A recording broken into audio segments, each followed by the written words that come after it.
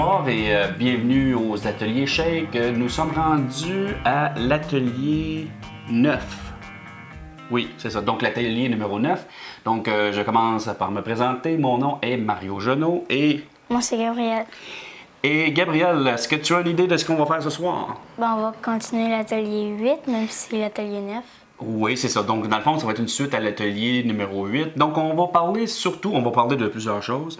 Mais si je me souviens bien, on va parler beaucoup du Curve Editor. Donc, le signet Curve Editor pour bien comprendre comment ça fonctionne.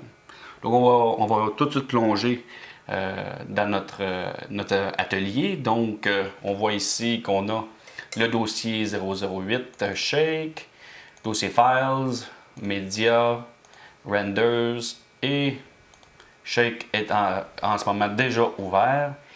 Et ce que je vais faire, c'est que je vais chercher mes notes pour voir qu'est-ce qu'on a à faire. Et j'agrandis ici.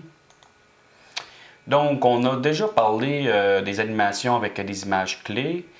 On a parlé aussi des boutons de navigation. Donc, on a parlé un peu. Je vais montrer qu'est-ce que c'est. Et aussi, on a déjà parlé de comment éliminer les images clés. Donc, je vais quand même revenir un peu sur les boutons de navigation. Donc, je réduis comme ça. Je reviens comme ça. Donc, je devrais avoir une animation. Et les boutons de navigation, c'est ça ici. Donc, les boutons de navigation. Dans le fond, celui-ci, c'est tout simplement pour faire jouer notre séquence. Celui-ci, c'est pour l'arrêter. Lui, c'est pour le faire jouer à l'envers. Donc, tu vois, si j'ai mon animation ici, mettons, je m'en viens ici à 45 et je clique comme ça. Donc, on voit, je le fais jouer de reculons. Ensuite, ces deux flèches-là, au bout, ce sont des boutons de navigation vers les images clés. Donc, tu vois, j'ai une image clé au cadre numéro 1, un autre au cadre numéro 56. Donc, si je clique ici, tu vois, il a amené ma tête de lecture au cadre 56 et lui, il va le ramener au cadre numéro 1. Donc, c'est pour naviguer entre les images clés. Celui-ci, on le connaît, l'icône maison, c'est tout simplement pour être en mesure d'avoir que notre ligne de temps reflète, dans le fond, ce qui est inscrit dans le time range, dans le signet global.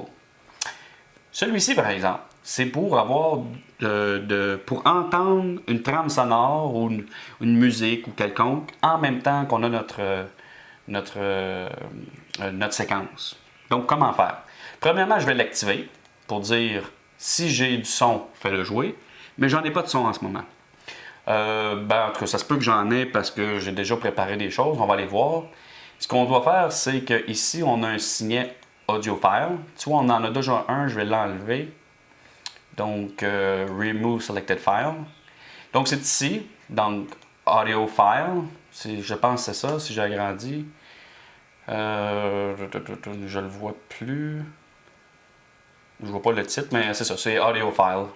Donc, je fais Open Audio File. Je vais aller dans mon dossier Media. J'ai un fichier AIFF. Donc, il ne faut pas se tromper avec un fichier IFF, qui est le fichier format d'image natif à Shake. AIFF, c'est un format de fichier son standard pour le Macintosh. Donc, je le sélectionne.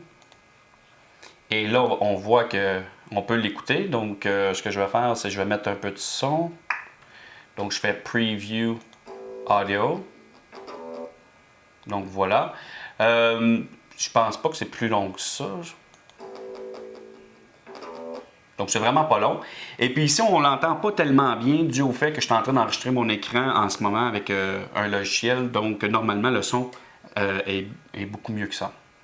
Donc, une fois qu'on l'a importé et qu'on l'a activé ici en bas, on peut le faire jouer.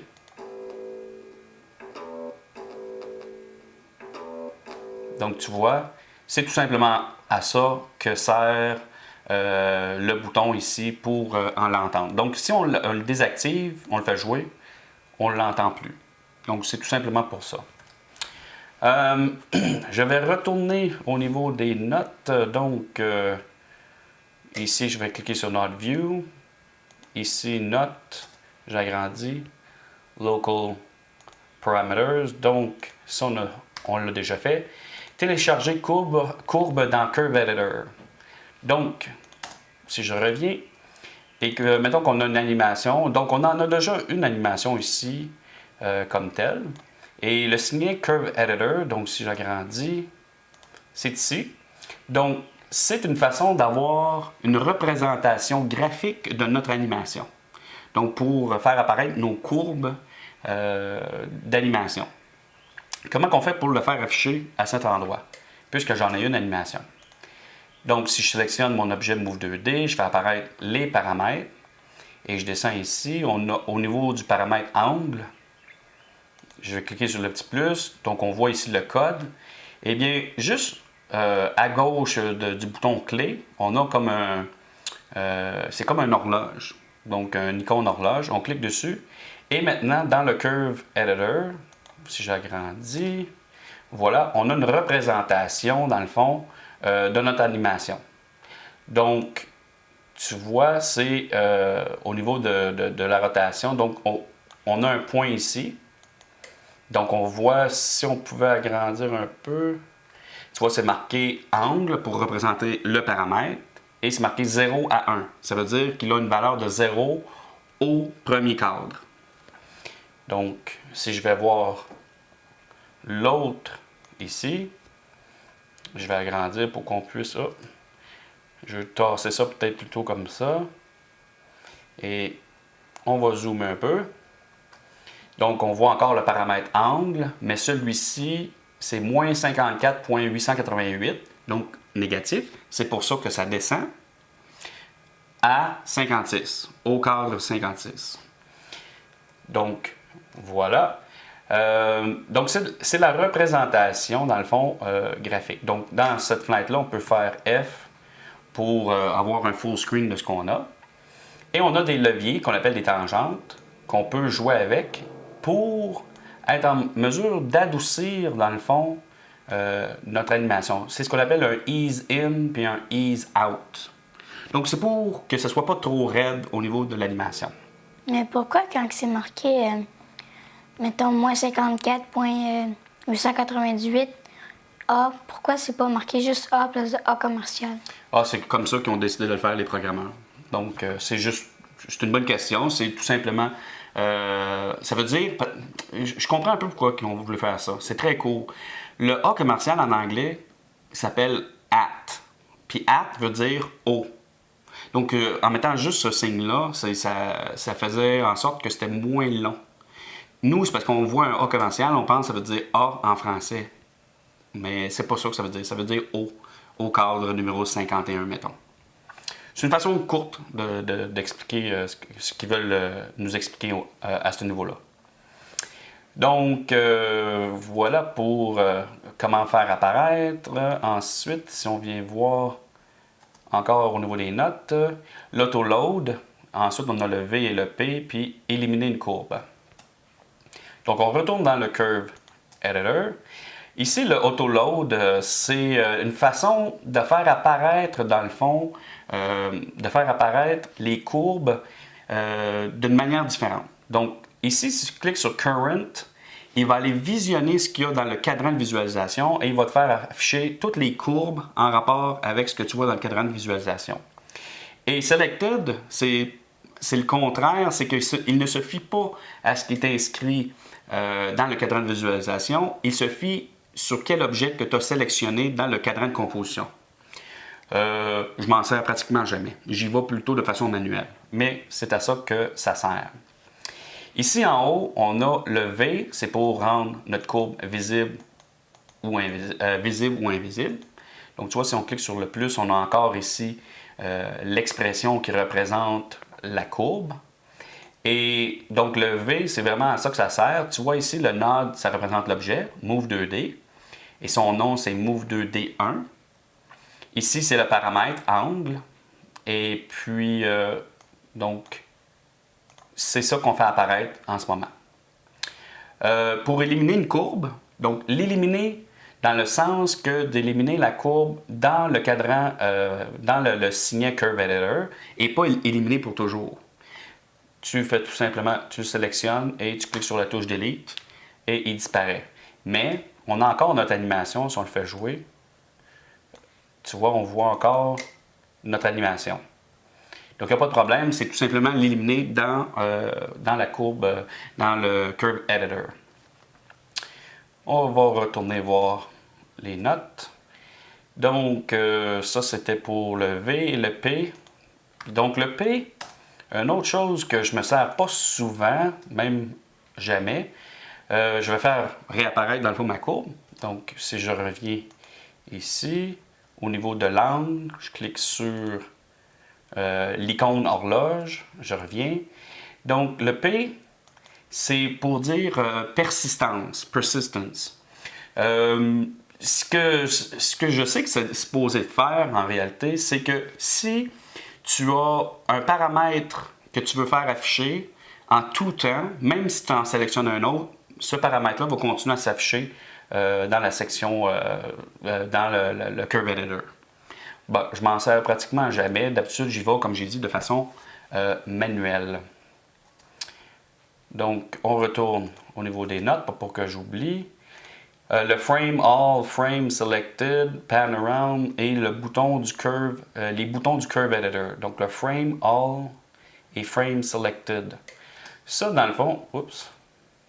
Bon, ça a disparu. Donc, voilà. Ça, je peux enlever ça. Si je reviens, on retourne toujours dans le Curve Editor. Admettons que tu agrandis comme ça et tu voudrais retourner voir. Donc, comme on a vu tantôt, on peut faire F. Ce qu'on peut aussi faire, c'est le bouton de droite. Et tu vois dans View ici, on peut faire Frame Selected, qui est F. Voilà. Et si on avait plus qu'un point, donc là, j'ai juste deux points comme tel. Dans le fond, mettons, je vais agrandir, on va y retourner, le View. Et Frame Selected CVs. Donc, si j'avais beaucoup de cadres, et je sélectionnerais seulement une partie en choisissant le Frame Selected CVs. Donc, ce qu'il ferait, c'est qu'il me ferait un genre de zoom dans mon cadran de Curve Editor, juste sur cette section-là. Donc, c'est à ça que ça sert. Donc, tu vois, comme ce soir, là, c'est très technique là, ce qu'on voit. Donc, on y va étape par étape. Mais c'est toujours quelque chose qui peut être intéressant à savoir. Le Pan Around, ça, c'est, si je reviens toujours dans le Curve Editor, tu vois, c'est le bouton ici qui nous permet de se déplacer dans le cadran sans avoir à cliquer sur une touche spéciale. C'est seulement sur la touche... donc le bouton de gauche de la souris. Donc c'est ça le pan around. Donc tu cliques et tu déplaces. Mais tu peux faire un peu quelque chose de similaire en cliquant sur Alt dans ton cadran, en cliquant sur le bouton de gauche. Donc c'est à ça que ça sert cette icône-là. Donc ça va pour ça. Ensuite, qu'est-ce qu'on a? Les boutons du Curve Editor. Donc on va aller voir ça. Donc les boutons du Curve Editor. Donc ça, c'est tous les boutons qui sont ici, là. Donc le premier ici, c'est tout simplement pour lui dire comment qu'on veut, si on veut déplacer des éléments des points sur la courbe, donc des images clés. Là, en ce moment, tu vois, si je clique sur un point, je peux le déplacer comme que je veux. Donc je vais faire commande Z. Si je clique ici, tu vois, il y a un genre de cadenas qui me dit que je peux juste maintenant le déplacer au niveau de la verticale. Donc tu vois, si je clique dessus, je peux déplacer comme ça, mais je ne peux pas déplacer à l'horizontale. Mais y a-t-il un bouton pour le déplacer? Tu veux savoir s'il y a un bouton pour l'horizontale? Oui, tu recliques dessus. Maintenant, c'est pour l'horizontale. Tu vois? Donc, je reviens ici pour dire que je peux le déplacer dans tous les sens. Ensuite, ici, le bound, c'est la façon, lorsqu'on sélectionne plus qu'une courbe, plus qu'un point sur une courbe, comment il va réagir lorsqu'on les déplace, puis qu'il va toucher d'autres points sur la courbe. C'est un peu spécial. Ce que je vais faire pour l'expliquer, je vais me rajouter des points, des images clés dans le fond sur ma courbe. Donc, si je clique sur Shift, donc, tu vois, j'en ai maintenant 3 autres. Puis, admettons que je sélectionne les 3 et je déplace. Donc là, en ce moment, on a Bound. Si je le déplace, je ne sais pas si tu vois, ce qu'il fait, c'est qu'il ne me permet pas d'aller plus loin. Donc, il ne me permet pas d'aller plus à gauche que ça. C'est comme s'il est bloqué dans ce sens-là et il est bloqué dans l'autre sens. Si je clique dessus, pour si je me souviens, c'est interlaced, en tout cas quelque chose du genre. Tu vois, si je les déplace maintenant, tu vois-tu ce qu'il a fait? C'est que c'est différent. Maintenant, c'est comme si j'avais remplacé. Dans le fond, je réussis à passer à travers, donc je ne suis plus limité. Donc, tu vois, si j'agrandis pour qu'on puisse... Oups! Ah, c'est pas mal le plus grand que je peux avoir. Mettons que je vais dans l'autre sens maintenant. Je vais sélectionner celui-ci. Tu vois, à un moment donné, ça dépasse et c'est à ça que ça sert. L'autre, le push, lui, son nom le dit, ce qu'il va faire, c'est qu'il va pousser le point vers la gauche ou vers la droite. Tu vois, il le pousse. Et je pense qu'il y en a un autre, le replace. Donc lui, carrément, il le remplace. Il l'enlève et il le remplace et continue. Il l'enlève, le remplace. Tu vois? Donc c'est comme s'il l'éliminait. Donc c'est à ça que ça sert. Le bouton ici, Reset. Admettons que tu joues avec les leviers, donc les tangentes. Donc je te donne un exemple. Tu joues avec une tangente comme ça et tu veux qu'il revienne à son état normal. Tu cliques ici et voilà, il revient à l'horizontale. C'est l'équivalent de faire la touche H, tu vois? Mais pourquoi c'est pas une autre touche? Parce que ça n'a pas rapport avec Reset. Oui, H pour horizontal. Ah, ok. Je me demande, je ne l'ai jamais essayé, mais on va essayer V pour vertical, voir. Oups, c'est vraiment pour ça. Donc, complètement disparu. V, comment ça qu'il a tout disparu? J'ai aucune Ah, c'est idée. parce que c'était visible et invisible, comme le V qui est en haut. Non, pourtant pas. Si je sélectionne le point puis je fais V, ouais, il a rendu ça visible. Ben oui. Mais il faut avoir un point de sélectionné. Parce que si je n'ai pas de point sélectionné puis je fais V, ça ne fonctionne pas. Mais si je sélectionne un point, je fais V, et voilà.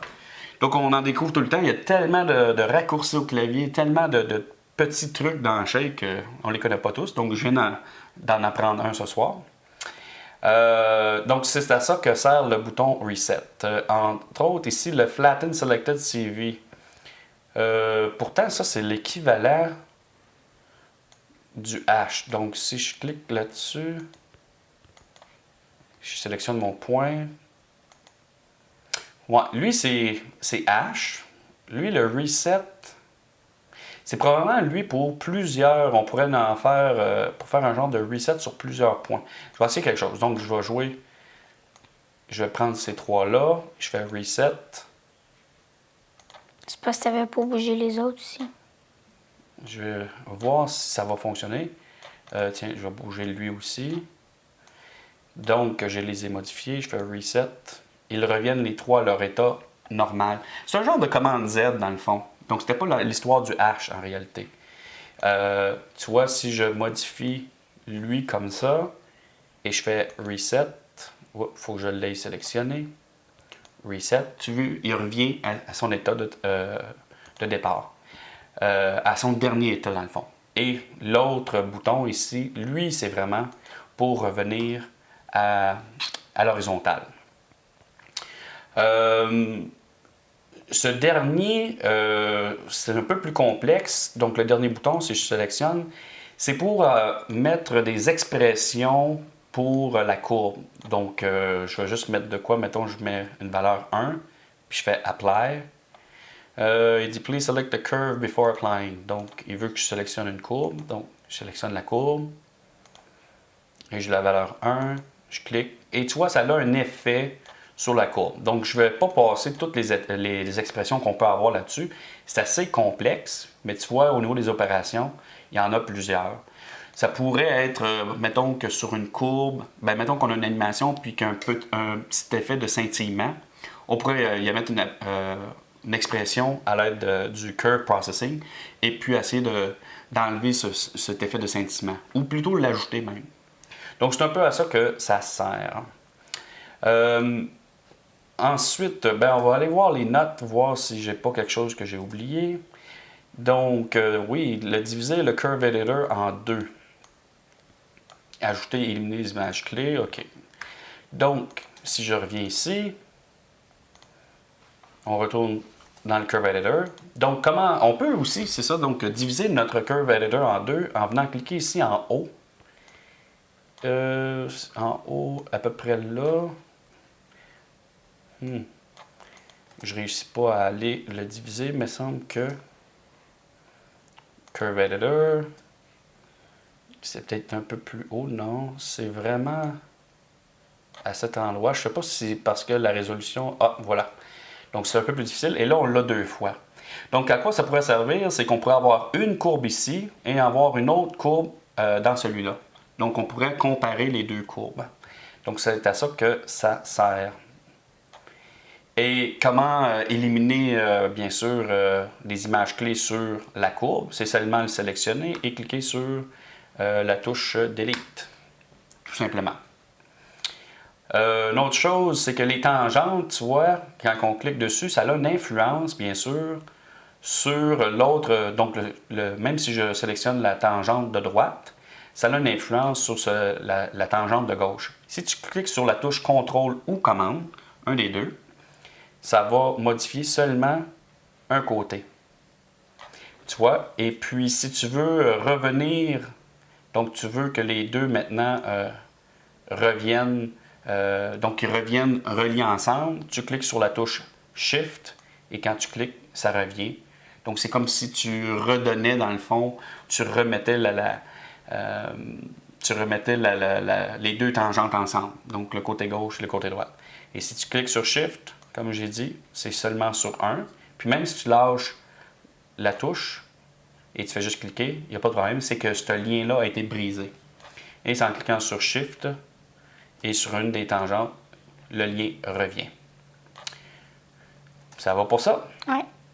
On retourne au niveau des notes. Donc, le Manipulator Box, valeur pour plusieurs images clés. OK. Donc, je reviens ici. Donc, dans le Curve Editor aussi, donc, je vais me faire un autre point. Donc, tu vois, j'ai cliqué sur Shift et je me suis créé une autre image clé. On peut avoir une boîte qui regroupe certaines images clés. Donc, je te donne un exemple. Si tu cliques sur la touche B et tu cliques autour des trois points comme ça, maintenant, tu peux jouer avec la boîte et tu vois ce que ça fait, c'est que ça a une influence sur les trois en même temps. Tu vois? C'est comme une genre de boîte pour manipuler les images clés. Donc, ce que ça fait, c'est que l'effet que tu donnes, donc l'influence que tu donnes, se fait sur les trois. Donc, c'est ce qu'on appelle le Manipulator Box. Mais quand tu bouges la boîte, ça bouge les autres qui sont pas dans la boîte aussi, mais est-ce que tu peux... Non, ça bouge pas les autres. Ça bouge, dans le fond, ça modifie la courbe. Mais si tu remarqueras que les deux points ici, ça bouge pas. Ce que je veux dire, c'est qu'ils restent toujours en place. Oh, je sais, mais est-ce que tu peux... pour pas que la courbe bouge?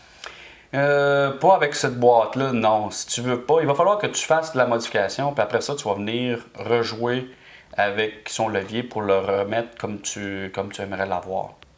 Donc, c'est sûr que l'influence ici, il va en avoir une.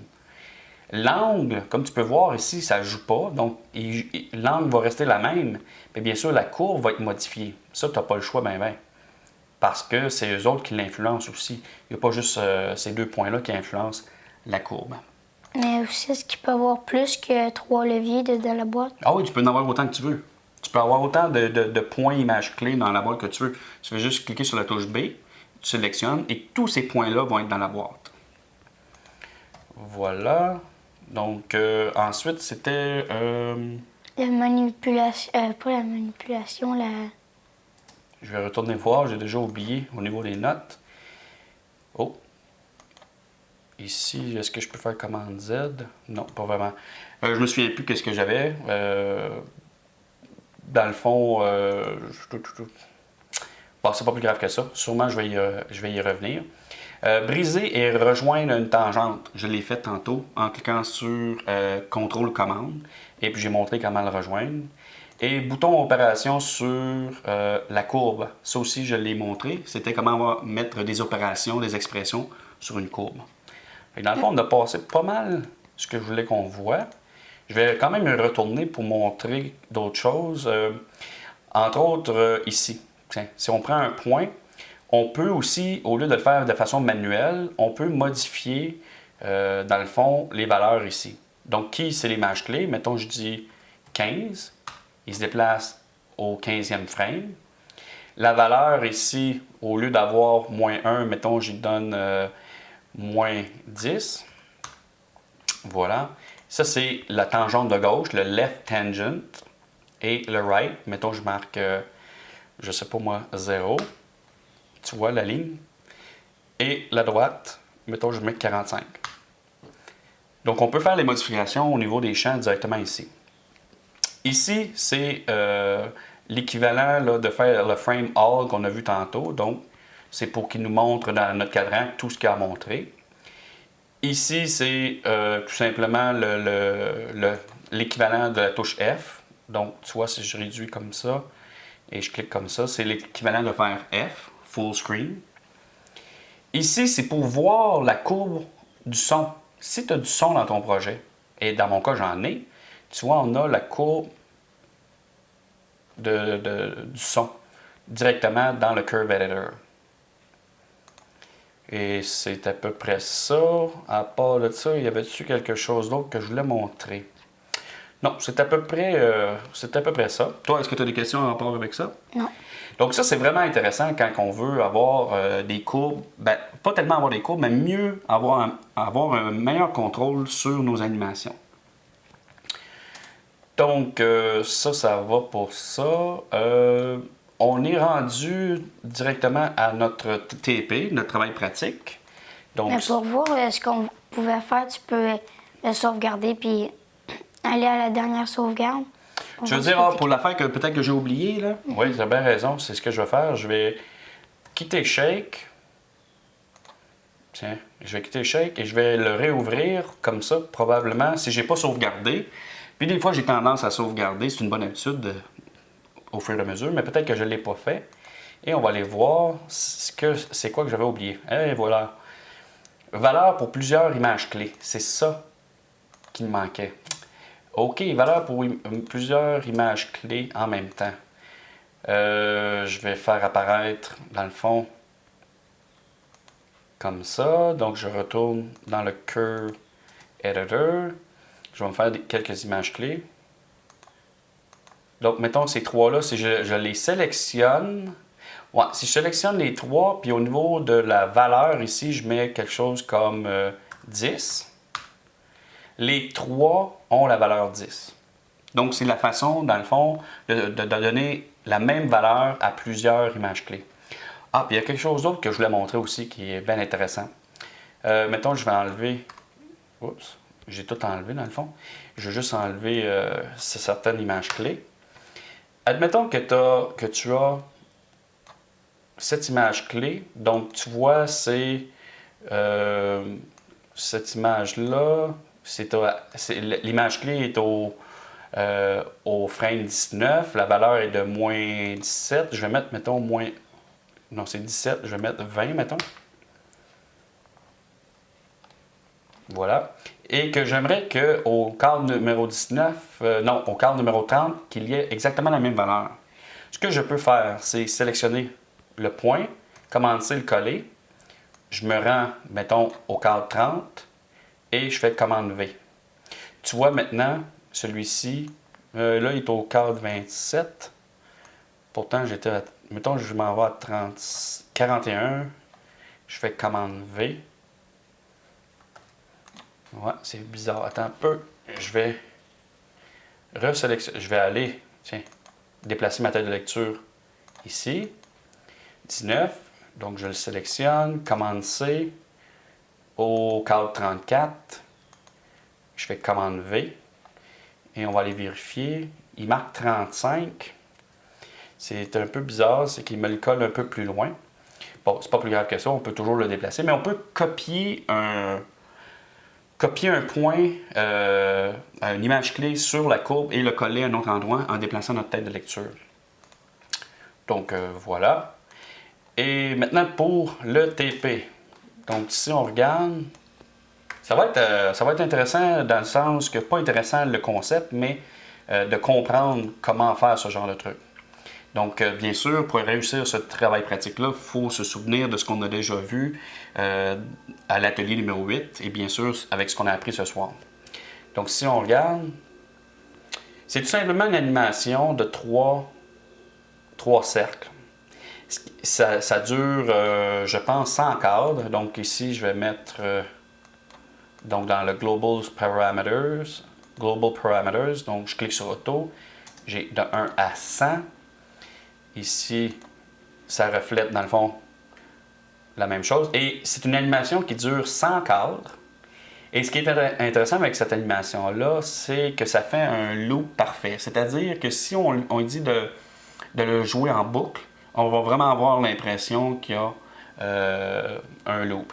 Pour mieux comprendre ce que je veux dire, on va aller dans le dossier renders, tp.move pour mieux voir. Donc, il y a déjà un rendu qui a été fait. Et je vais faire commande L dans QuickTime Player pour lui dire de jouer en loop. Donc, voilà. Et tu vois, il joue en boucle, puis on a vraiment l'impression qu'il n'y a pas de temps d'arrêt entre chaque. Bon, c'est ça le TP. Ça a l'air bien simple comme ça. Mais ça, les trois images, les trois cercles viennent d'une séquence Photoshop sur un calque. OK? Donc, il va falloir les importer. Et en plus, il y a un genre de flou. Je ne sais pas si tu remarques, dans l'animation, il y a un flou. Et on a vu comment ajouter des flous gaussiens à certaines séquences. Puis aussi, il y en a qui sont par-dessus d'autres. Oui, à un moment donné, il y a une certaine opacité. Comme tu peux voir, c'est qu'à un moment donné, quand il est ici à gauche, celui-ci est comme peut-être à 100%, lui, je sais. Ben, les trois sont à 100%, mais tu vois, quand ils s'en vont vers la droite, l'opacité n'est plus la même. Hein? Et ensuite, elle revient à 100%. On va aller voir dans les notes qu'est-ce que c'est dit pour ce travail-là, donc les détails. Donc, voilà, je vais agrandir un peu. Donc, animation avec calque Photoshop et image clé. Les dimension finale 720 par 486. Le format, donc le format de sauvegarde en photo JPEG. Durée sans cadre et voir vidéo. Bon, il n'y a pas plus de détails que ça. Donc, si on y retourne, dans le fond, c'est que le premier cercle, c'est le jaune, mettons. Lui, il est ici en haut. Et rendu au cadre, je sais pas moi, mettons au cadre 5. Ici, ça doit être le cadre 25 à peu près. Ensuite, il monte vers le haut, cadre 50. Et il redescend et cadre 75. Et son cadre 100, il est rendu en haut. C'est la même chose pour le bleu, sauf que le bleu, lui, il commence seulement à faire cette animation-là au cadre, si je me souviens bien, mettons au cadre 10.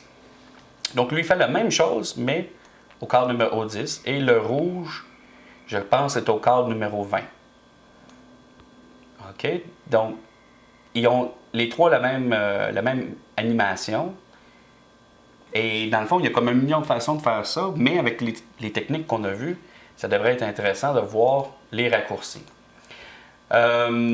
Donc, moi, je vais donner tout de suite la solution pour le moment, pour qu'on puisse voir comment ça a été fait. Donc, si je reviens ici, donc solution TP, ça devrait ressembler à quelque chose comme ça. Donc, qu'est-ce qu'on a? Premièrement, on a le composite. Donc, celui-ci, c'est parce qu'on a importé, dans le fond, notre séquence en faisant File, Import Photoshop File. Donc, dans le dossier Média, cercle.psd. Voilà, donc, c'est comme ça que ça a été importé. Donc, c'est pas plus compliqué que ça. Ensuite, j'ai sur chacun des cercles un objet Move 2D. Pourquoi? Parce que les cercles étaient trop grands au départ et je me suis servi du Move 2D pour mettre des images clés pour faire mon animation. Donc, si on se concentrait seulement sur le cercle, tiens, le cercle jaune. Donc, si je double-clique dessus comme ça. Donc, celui-ci, au niveau des dimensions... Donc, non, dans le fond, je ne me suis pas servi du Move 2D pour le redimensionner. C'était déjà assez petit. Mais comment faire pour que celui-ci soit dans une composition 720 par 486? Eh bien, je me suis servi de l'objet Over et un fond gris que lui a 720 par 486. Et on sait que l'objet Over, la deuxième entrée, par défaut, dicte la résolution. Parce que les séquences ici ont juste 338 par 282. Donc, je me suis servi de l'objet Move 2D seulement pour faire l'animation.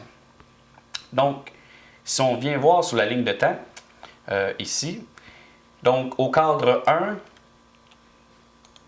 tiens, je vais double-cliquer ici comme ça, je vais le faire apparaître pour qu'on puisse mieux voir. Donc, au cadre numéro 1, il était là. Donc, ce que j'ai fait, dans le fond, c'est que j'ai fait apparaître l'auto-keyframing. Hein, ici, le bouton. Et ensuite, je suis allé au cadre numéro 25. Tu vois, je l'ai emmené ici en bas. Donc, dans le fond, j'ai déplacé, tout simplement déplacé, dans le fond, mon objet Move 2D pour le faire déplacer le cercle en bas ici. Au cadre 50, en haut. Et ensuite, qu'est-ce que j'ai fait? C'est que, comme tu peux voir, je n'ai pas d'autres points. Comment fait-il pour revenir? Eh bien, si on sélectionne notre objet Move 2D puis on s'en va dans le Curve, le Time View, le Curve Editor, ça c'est peut-être quelque chose que je n'ai pas montré. Eh bien, tiens, je vais faire apparaître dans le fond les données de celui-ci. Donc, si on va voir dans le Curve Editor, on ne le voit pas la ligne. Mettons que, dans le fond, pour l'histoire du mouvement, c'est tout simplement le pan. Donc, si je fais apparaître le pan X, mettons. Donc, voilà, dans le fond, la courbe qui représente, dans le fond, mon animation. Donc, soit ça commence à 1, ça s'en va à 25 et ensuite 50. Et ensuite, ce que j'ai fait, moi, j'ai joué avec mes tangentes pour faire des belles courbes pour que ça fasse un genre de... donc, quand il arrive au bout, quand il commence un peu plus lentement, donc c'est un peu plus adouci, puis c'est la même chose à la fin. Donc, j'ai joué avec les courbes. Ce que je n'ai pas eu la chance de montrer tantôt, que j'ai oublié, c'est comment il fait pour répéter l'animation dans l'autre sens. Et tu vois ici, au bout, tantôt, on a vu node, le name, donc c'est le nom du paramètre. Ici, le val, c'est les valeurs. Type, c'est le type de courbe. Et une des courbes le plus souvent utilisées, c'est Hermite, mais il y en a d'autres types de courbes. Mais ici, cycle, ce que j'ai oublié de montrer, c'est que le cycle, on a keep value, keep slope, repeat value, mirror value, puis offset value. Le keep value, dans le fond, si tu regardes, on le sélectionne, c'est lui qui est là par défaut. Et ce qu'il va faire, c'est qu'il ne bouge plus. Je te donne un exemple. Je vais enlever les liens ici pour ceux-là. Donc, si je fais... je ne réussis pas à enlever les liens. Bon, voilà, parce que je veux garder seulement le jaune. Donc, maintenant que j'ai choisi ça, tu vas voir, c'est que quand il se rend à 50, il bouge. Tu vois, là, il descend en bas parce que j'ai juste fait une modification sur le X-pan, mais pas sur le Y-pan. Donc, je vais y retourner. Ici, le Y-pan, si on va voir dans le Curve Editor, donc on voit ici, on a le Y. Si je sélectionne cette courbe-là, Et je vais enlever le mirror value puis marquer keep value. Donc si je reviens, maintenant tu vois, il ne bouge plus en haut. Ça c'est le keep value. Si on y retourne, toujours dans le curve editor, on a aussi le keep slope. C'est que dans le fond, il va continuer dans le même sens que la courbe. Donc on peut le voir même, si je retourne ici. Donc je vais le faire pour les deux, keep slope. Ouais, ça n'a pas eu vraiment d'influence. On va aller voir si ça a de modification. Donc, non, dans le fond, il garde la courbe. Donc, normalement, j'aurais pensé qu'il aurait continué dans le même sens. Mais c'est vrai qu'il ne continue pas parce que j'ai pas plus de cadre, de frame au niveau de l'animation. C'est pas plus grave que ça. On retourne dans le Curve Editor. Mais à la fin, il était devenu à 100%. Au niveau de l'opacité, parce que ça, c'est une autre animation. Repeat Value. Donc, celui-là, c'est pour répéter, dans le fond, le mouvement. Donc, lui, c'est repeat. Lui aussi. Donc, ce qu'il va faire, si on a repeat, ok, il y en a un qui a keep value. Voilà. Donc, il va répéter, dans le fond, le mouvement. Donc, tu vois, s'il descend, il remonte. Et il recommence au début. Tu vois, il recommence. Donc, il répète, dans le fond, le mouvement. On retourne dans le Curve Editor, toujours dans les cycles. On a Mirror Value. C'est celui qu'on avait. Et celui-là, ce qu'il fait, c'est qu'il fait un effet miroir. Donc, il va monter jusqu'en haut et il va revenir sur ses pas. Et c'est comme ça qu'on a notre effet va-et-vient qui se fait très bien. Et le offset, on va aller voir celui-là. Ouais, le offset, ça me semble un peu particulier. C'est comme s'il répétait un peu le mouvement. Donc, tu vois, lui, il continue. Donc, il se rend jusqu'au bout. Et là, si on pouvait voir là, comme ça, donc si on avait plus grand, il continue dans le fond un peu le même mouvement. C'est un peu spécial. Il faudrait aller voir dans les notes qu'est-ce qu'ils disent à propos de ça. Je sais pas si on aurait quelque chose. Mettons help et on fait shake user manual juste pour voir celui-ci. Donc, ah tiens, je suis directement dessus. Donc, le keep slope takes the slope of the curve.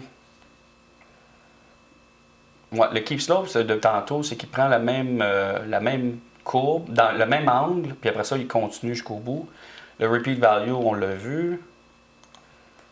Et le mirror, on le sait. Le offset, c'est also loops the animation, but offsets the repeated curve so that the end keyframe match up. Offset the repeated curve so that... Dans le fond, ce qu'ils disent, ce qu'il va faire, c'est qu'il va changer la courbe pour qu'elle s'aligne avec, dans le fond, pour que le début de la courbe de ton animation et la fin s'alignent toutes les deux. Dans le fond, il fait comme une genre de moyenne pour aller se rejoindre. En gros, c'est à peu près ça. Mais celui qui nous intéressait, bien sûr, c'était le mirror. C'était comme ça. Donc, j'ai fait ça pour chacun. Sauf que, comment faire pour que le deuxième, mettons le bleu, soit un peu, qui commence un peu plus tard? Eh bien, tout simplement, ce que j'ai fait, quand j'ai copié l'objet Move 2D, je l'ai collé, je l'ai mis là. Tiens, je vais le faire. Je vais enlever celui-ci. J'ai pris celui-ci. Je vais aller changer les valeurs parce que ce que je vais avoir comme cycle, c'est mirror value. Voilà. J'ai tout simplement copié-collé l'objet. Et là, il fait exactement la même chose. OK? Donc, il fait exactement le même mouvement. Si je fais apparaître, je vais m'organiser pour que les paramètres de celui-ci n'apparaissent pas. Donc, j'enlève ça. Je fais apparaître les paramètres de cet objet-là. Au niveau du pan, je vais le faire apparaître. Et je m'en vais dans le Curve Editor.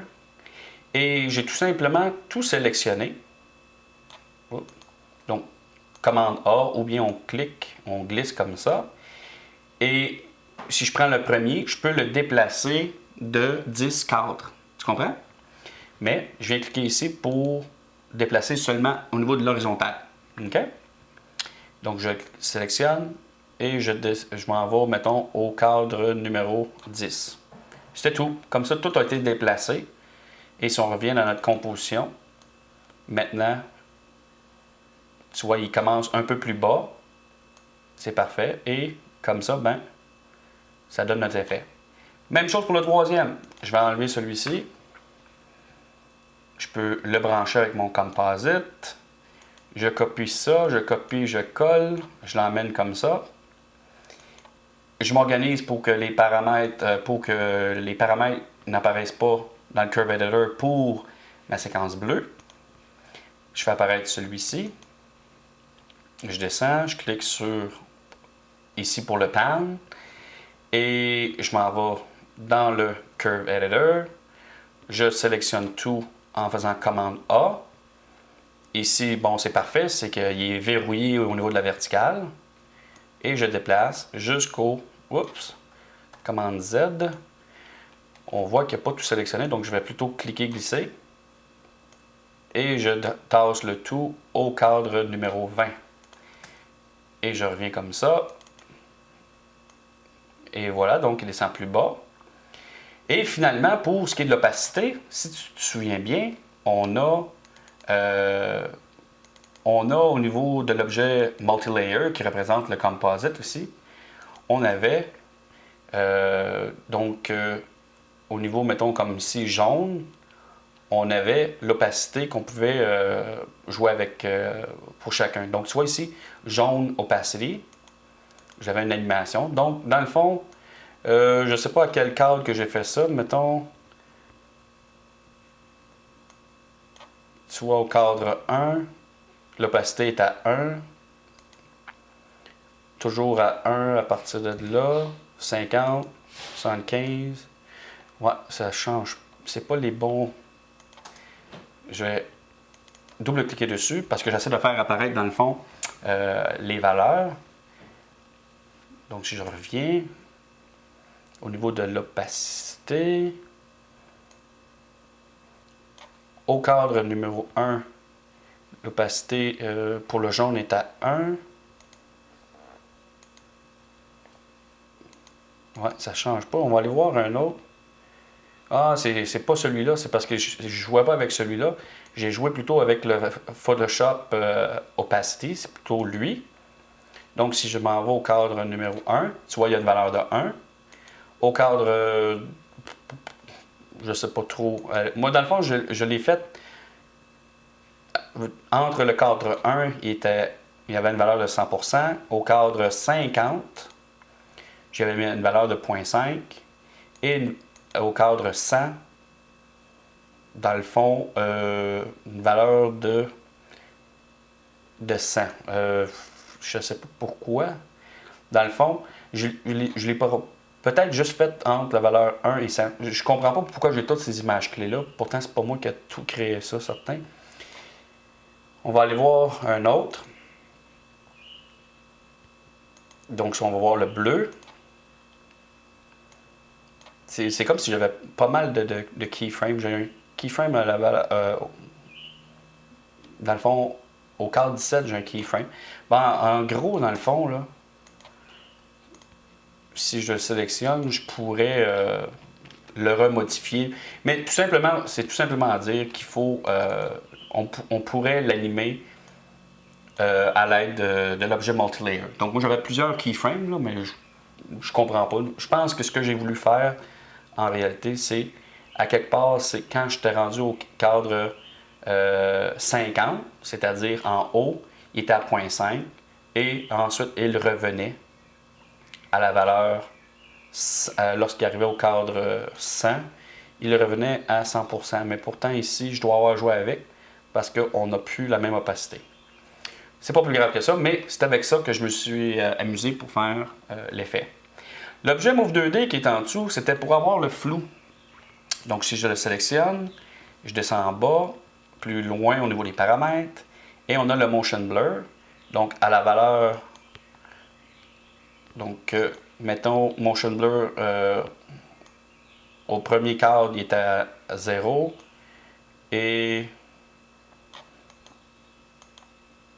un peu plus loin, j'étais supposé... Donc, je l'ai appliqué sur tout l'ensemble, dans le fond. Mais là, je comprends pas pourquoi il y a une valeur 0. Pourtant,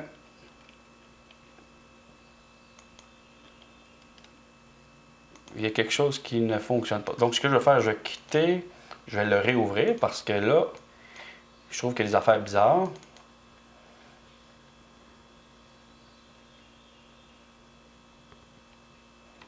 Peut-être que ça ne changera pas grand-chose, mais on va voir. Donc, l'objet Move 2D, je le sélectionne, je descends. Motion Blur.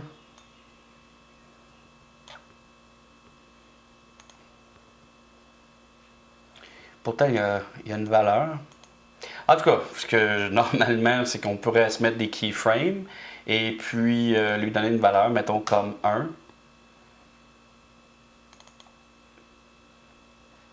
Je le vois pas là, mais on peut lui donner comme une valeur 1 et puis après ça, lorsqu'on fait un rendu, on s'assure qu'il est activé lorsqu'on fait le render. Mais là, à moins que je m'en étais servi pour faire d'autres choses, là. Peut-être que je l'ai fait directement sur chacun ici. Donc, je vais le sélectionner et je vais aller voir. Donc, mettons le Move 2D ici. Ouais, ce que j'avais fait, c'est que je m'en étais... L'effet, je l'ai fait directement sur les 3 objets ici. Donc, ce que j'avais fait, c'est qu'au cadre numéro 20, il y a une valeur 1. Ben, il y a une valeur 1 partout, dans le fond.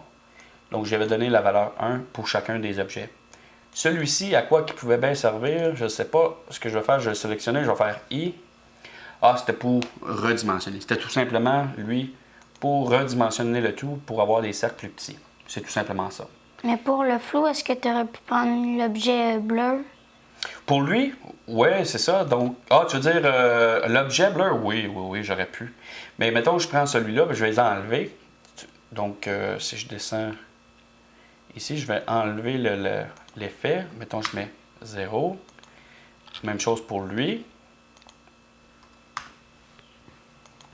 Pour les 3, dans le fond.